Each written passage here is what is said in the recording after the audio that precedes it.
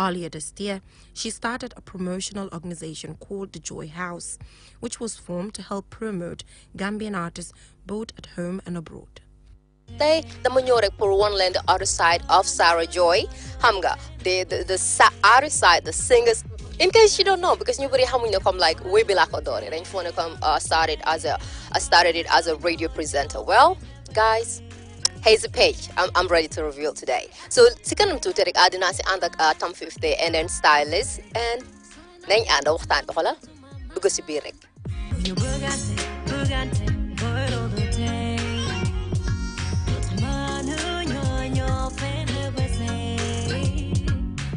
Being a pioneer in the music industry, Sarah worked at various radio stations in the Gambia as a radio presenter and helped in promoting Gambian music. Her most recent program, Love Show, was on Q Radio. Sarah was also a co-host on Gum Vibes show on QTV. She has also worked at other media, including GPI and other media platforms. Sarah has always dreamt of achieving a lot more, both in the media and in the music industry. She has always had that priority of putting women first because her main aim was to empower women and girls. Rest in peace, Sarah Joy. May Allah have mercy and forgive you for all your shortcomings. Amen. Reporting for QTV News, I am Jenna Bosonko.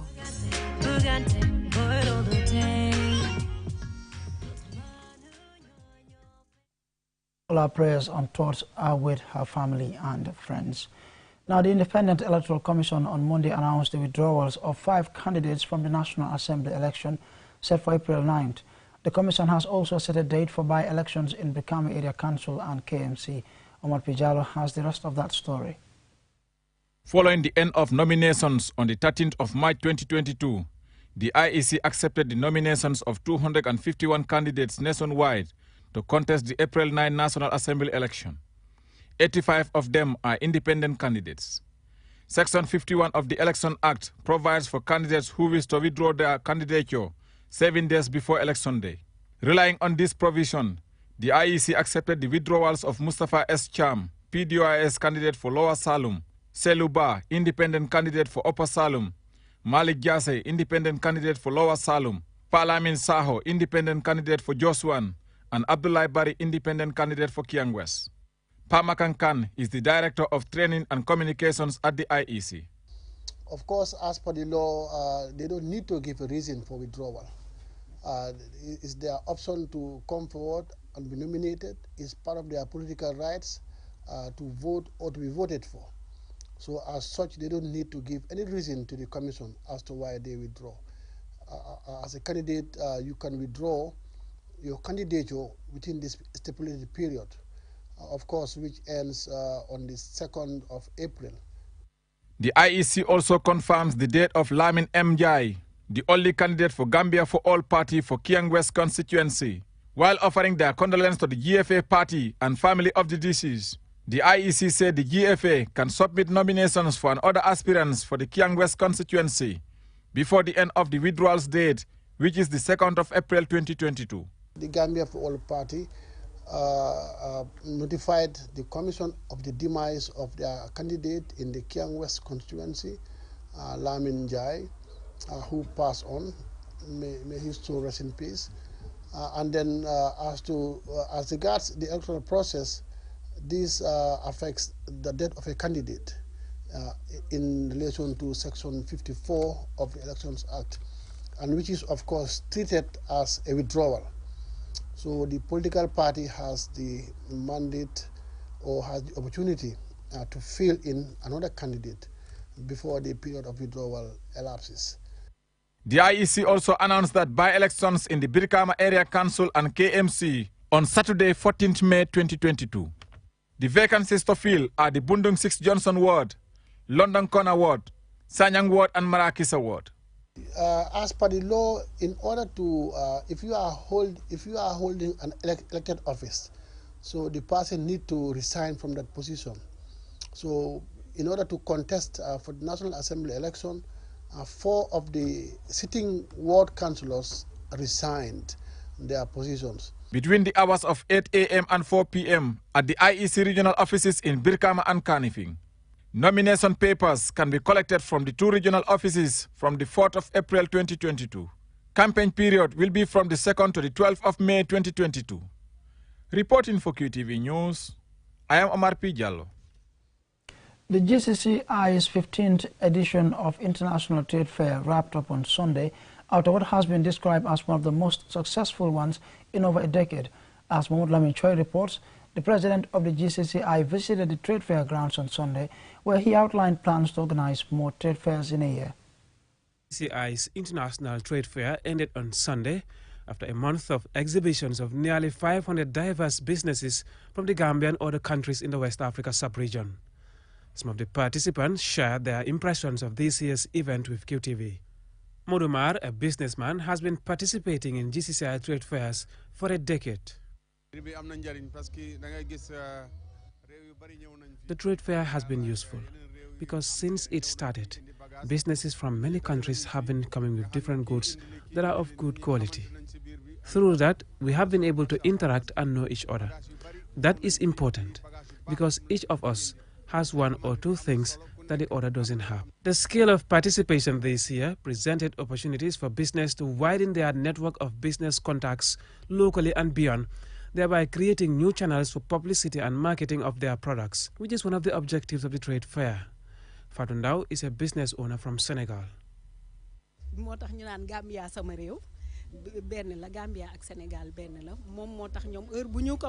and Senegal are one. This is why anytime there is a trade fair in the Gambia, we participate. We're here because we participated last year and it was good, because people tried our products and the feedback was positive. This year's trade fair too, people have come to patronize us again.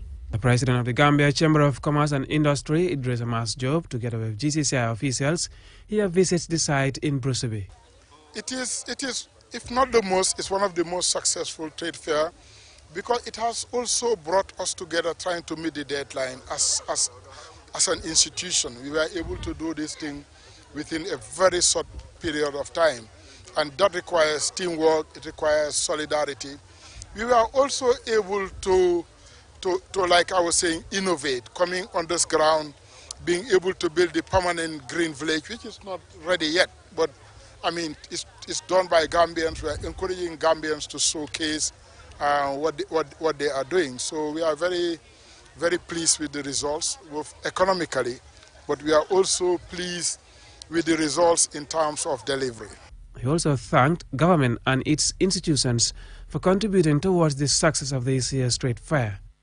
I have asked around, and one of the things I want to emphasize is the assistance of the government through the different organs like the security forces that have been here with us all throughout this period, but also importantly the GRA, because we have asked people and they said that the GRA, the ferry service, GPA has all facilitated for especially the foreigners coming from the sub-region. They were all able to come through with their goods without problem. We recognize that and we want to thank them for that.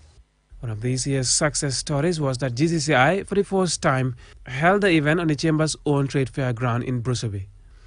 Babukar Saho, GCCI's acting Deputy Chief Executive Officer, explains their plans for the future use of the ground. Remember, the GCCI is a non-government organization, but we have a responsibility and an obligation to the general public. And we will use our asset base, in this case the trade fair ground, to continue to contribute to the socio-economic development of the Gambia. This ground will be used for multiple events, but thankfully now we will be able to host the trade fair multiple times during the year as compared to in the past where we can only do it once at the Independence Stadium. So we will be seeing more of these within the year. And also, we will also make it available for public use in terms of any other bigger gatherings.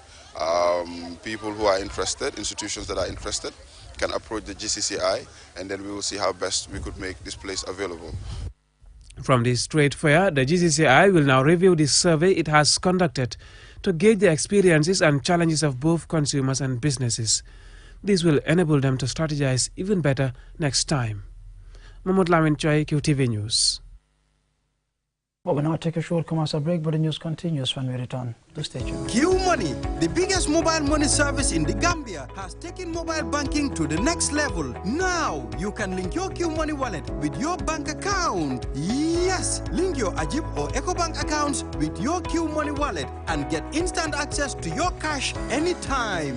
No need to queue at the bank anymore. Transfer funds from your bank account to your wallet or your wallet to your bank account using Q Money Bank Link is the fastest, most secure, and convenient way to transfer funds between your wallet and bank account. For more information, call our customer care on 133. Q Money, Sunyu Kalpe. Terms and conditions apply. Looking for the fastest and easiest way to receive money transfers from abroad? Well, Q Money and RIA just made it happen. Now you can receive international money transfer from RIA directly into your Q Money account with no additional cost. Once you receive an SMS alert about your transfer, walk into any Q Money agent across the country to receive your payment for free, or use the money immediately to buy credit, Q Power, and other Q Money services. It's fast, safe, and convenient. For more info, call customer care on 133. Q Money, Sunyu Kalpe. Terms and conditions apply.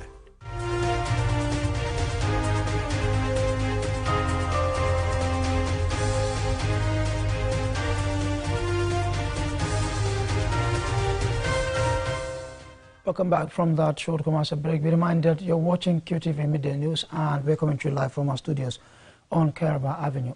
Now, the Youth Network of SOS Children's Village on Saturday held a youth community awareness campaign to encourage youth participation in matters that affects them. More in this report. To ensure the effective participation of young people in development concerns, they must be given the proper tools, such as information and education about their rights and responsibilities. The campaign focused on substance abuse, career choices, sexual and gender-based violence, amongst other related issues. Tijan Betts, the National Youth Coordinator for SOS Children's Village, says the youth have gone through trainings in several areas to build their capabilities and raise awareness in their communities. The importance of this program today is to strengthen or to enhance youth participation at the community level, okay, and through our SS programs to educate young people that they can voice out some of the challenges they are facing and to share it with other people in the society to try to bring change. Young people around the world are encouraged to organize and participate in activities to raise awareness about the situation of youth in their countries. The Community Awareness Campaign is an example of how Gambian youth are embracing that idea. This event is very important. It shows that young people are willing and ready to take leadership in terms of their own development. Yeah, because the government cannot do it alone. We need to take the leadership role in our own development. It's only that way then we will be able to equip ourselves with knowledge to be able to stand against the false narratives that exist in our social cycles. Jenaba Sanko of QTV was the guest speaker at the event. As a mentor and role model to many, she spoke about the need for young people to be passionate about the work they wish to do in future. It is very important that you have passion for what you're getting into. If the passion is not there, you're going to cheat whatever that you want to do. You will cheat. And when it comes to journalism, you can't cheat, especially broadcast journalism, because you're in front of the people. The public is there to judge if you're good or not. They can simply do that. And again, if you're there for the money is not there. You know, the money is not there. I keep on saying this. It's not because you're doing it for the fame as well. It does not mean because you're a journalist and on TV you will be famous. No. The guarantee is you're on TV and you're good at what you're doing. The UN says the world is home to 1.8 billion young people between the ages of 10 to 24, and their exclusion and limited educational and economic opportunities makes young people frustrated with the status quo and venture into unproductive and unscrupulous activities. Mamudu Gajaga, QTV News. Well, we'll now take a look at sports news in a moment. All right. The national football team, the Scorpions, are in upbeat mood ahead of their second leg AFCON 2023 preliminary qualifiers against Chad. Gambia had a narrow 1-0 win in the first leg played in Yaoundé, Cameroon. Our sports reporter Modu Gajaga looks ahead to the encounter in this report. Victory in the first leg has put a spring in the step of the lads as they face Chad in the second leg of the 2023 Africa Cup of Nations preliminary qualifiers to be played in Morocco on Tuesday. Boubacar Traoré Steve scored the only goal of the first leg, his first goal for the national team. He says playing for his country is an honor. Like everyone knows, this is my first goal for the national team, so I've always waited for this moment. It was like a moment that I've always dreamt of, because I've been scoring goals season in, season out with my club, but unfortunately it was never happening with the national team. I missed a couple of chances in some games, and I'm like at the back of my mind, is this really gonna happen? Is it gonna come with the national team? So finally scoring a very important goal that gave us the 3 points in this crucial two-leg game is like a big feeling for me. Like Captain Omar Koli, who took over the captaincy from Pamoudou Diagne, joins the team in Morocco after recovering from an injury he picked up last weekend while playing for his club Sampdoria. On the other hand, one of the outstanding players in the AFCON tournament earlier this year, Ablai Jallow, who scored Gambia's first AFCON goal, has not been named in the squad because of a knee injury he sustained in the tournament. Babukar Job and Dembo Dabo got their call-ups after their AFCON exploits. Here are their reactions ahead of Tuesday's game. We are here today training, getting ready as a team, and we are doing all the best to try to win the second leg game to be able to qualify. And we are asking prayers from every single person in the Gambia, and we will appreciate all your prayers and support. Thank you very much. So we are well prepared for this second leg, so we need all your prayers. So we are 100% ready to give our best. Thank you. A number of players could make their international debuts. Football pundits have the Gambia as favourites, given the country's high-flying exploits in the continental tournament, which saw them rise 25 places in the most recent FIFA rankings.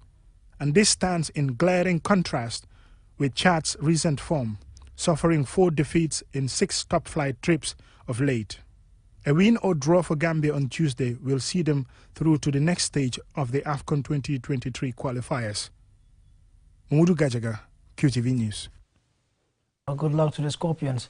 Now, in international news, millions of dollars of public funds allegedly stolen by 2 of Kenya's richest men are being returned to the country to buy life-saving COVID-19 equipment following a landmark agreement. The story by Babukar Sise is narrated by Annabel Gay. Jersey is a self-governing island in the English Channel, the biggest of the Channel Islands, and sits in the Bay of St. Malo.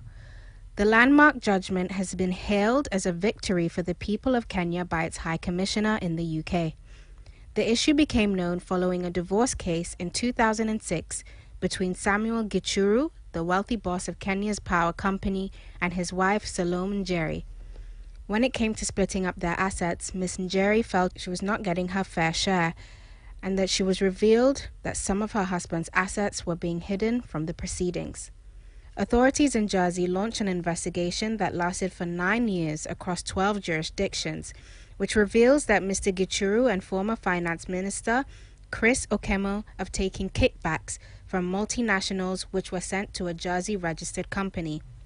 The Jersey authorities issued arrest warrants for both men and have been waiting for their extradition from Kenya ever since.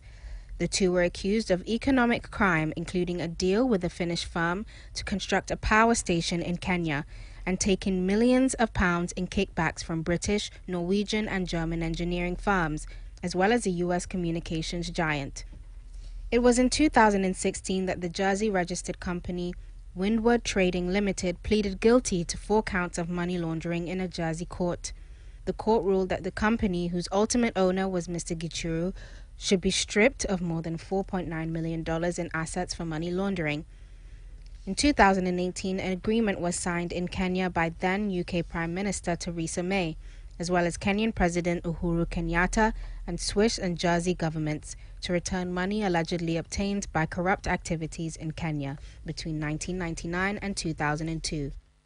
Part of that agreement is that the money will be used exclusively for development projects. The money will be used to deliver the vital COVID equipment to half a dozen hospitals in Kenya in and around 2 months. Kenya is ranked 128th in the world in TI's Perceptions of Corruption Index, with public officials and business people open to bribery.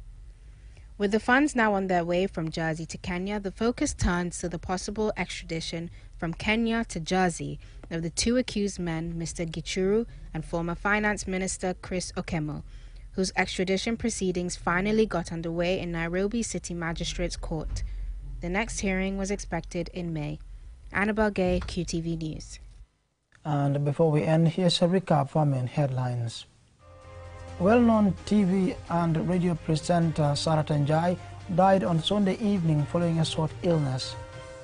The Independent Electoral Commission on Monday announced the withdrawals of 5 candidates from the National Assembly election and also set a date for by-elections in Brikama Area Council and KMC. The GCCI's 15th edition of International Trade Fair wrapped up on Sunday after what has been described as one of the most successful ones in over a decade. In sports news, the national football team, the Scorpions, are in upbeat mood ahead of their second leg AFCON 2023 preliminary qualifiers against Chad on Tuesday.